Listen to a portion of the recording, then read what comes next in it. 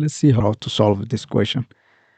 The question says graph the integrand and use area to evaluate definite integral. And the area they need starts from -6 to the 8 and f of x equal to the x plus 8. We need to find that area using integral. Okay, how to do that? First, before we started the graph, we need to find the x point and y point. And we said f of x equal to the inside of the integral, which is x f of x equal to x plus 8. Okay, if you want to find the x value, you see this line. If you look this line, all the y value will be 0. Same thing if you go to the y line, all the x value will be 0 in here. We're going to say f of x equals 0. So x plus 8 and x will be equal minus 8. That is the x point. What about the y?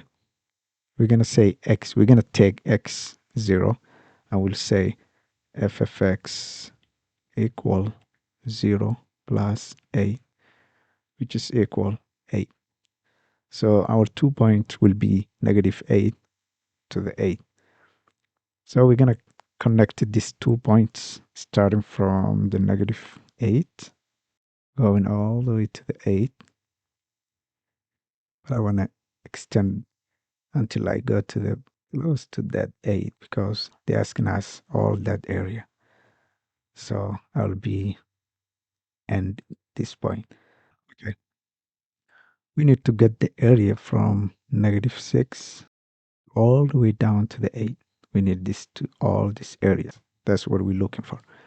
Okay, after we get the points and graph the graph, we're gonna go back to our integral, which is -6, starting from the -6 to the 8. That is the bounded area, and the f of x equal to x plus 8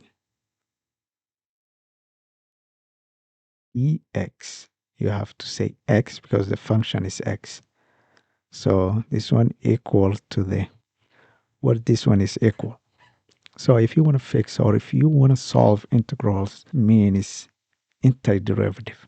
You go back to the where they came from, this x and 8. Okay, first we're going to look x. X, if you do derivative x squared, the derivative will be 2x, right? We're going to put back where it came from. The rule says the x exponent plus 1, whatever the exponent is. The exponent of x now here is 1. If we add 1, it's going to be 2. At the same time, you're going to divide that value to the x. That's the first part of the function. What about the 8? Any constant like 8, 7, 10, any constant, any number, they with x, like 8x, if you do derivative, it's going to be just 8. So we're going to take this one back before the derivative, and it's going to be plus 8x. That's the rule. And then we need to evaluate this function. So we have to put these two numbers with the bar. First one, that's the bounded area, -6 to the 8. Okay, if you look here, this two part of this equation, you see this, the first part looks like when you find in the triangle area, right triangle area like this, formula says the area of this one equals 1/2 times base of the triangle times the height of the triangle or the altitude. If base and the altitude are equal, you can make them just a square, right? One you can say 1/2 like s square. You can do that. It's same like here. Okay, what about the second part? 8x. 8x looks like square or rectangle. If you get the square or rectangle area, it's gonna be length times width, or square area will be s times s, or s squared, whatever. So we have two shapes here. It looks we have two shapes, right? The first shape is gonna be triangle. The second one is rectangle or square.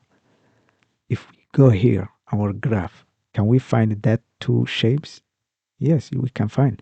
If I connect line from here all the way here, what's gonna happen? We're gonna find these two shapes, right? Triangle and square, because this one the length is equal to 8 and the width equal to 8. So this is square. We have these two shapes, right? Okay, that means every time when you solve a linear equation, the result or the integral you solving, you trying to solve two things. The first thing is triangle, the second one is square or rectangle. If you have just the x, we're gonna see that one after we finish this one. Okay, let me try to find just this area. The first part you have to use 8 and then minus the second part, and you're going to use minus 6. So let me try just to use this one to show you how to find these two areas. Okay, the first one, x squared, we're going to substitute every x places to the 8. So we're going to say 8 squared divided by 2 plus 8 times 8. That is what is our square. The length equal 8 and the height equal 8. So if I calculate this, what is the result will be?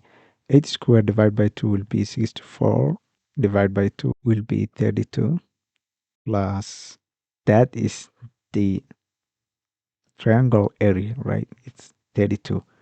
What about the square? 8 times 8 will be 64. That is our square area. We have this part.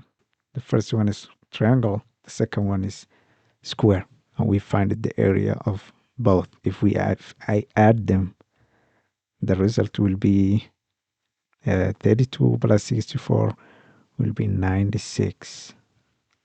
Okay, that was the first part. The rule says the first part minus the second part. Okay, we're gonna say this one is equal 96 minus the second part. The second part is same thing, and is x squared divided by 2 plus 8x. And we're going to substitute each x place to the minus 6. So I will say minus 6 squared divided by 2 plus 8 times minus 6. Okay, I want to know where is the rectangular triangle in our graph or our shape. Okay, if you go back here, if I take a line from here and connect it to the minus 6, okay, if I connect it to this minus 6, how looks like this? This looks like rectangle, right? This minus 6, this length is 6, and this height is, or width is 8. Okay, we have rectangle, right? If you multiply, if you look here, 8 times minus 6 is rectangle, right? What is the triangle? The triangle is the top side, because we have to subtract this top side from this one, from whole area, and we're gonna get this area. That's what we have here. That's why we use same thing to find our area. Okay, let's try finish this one. 96, which is the first area, minus the second one.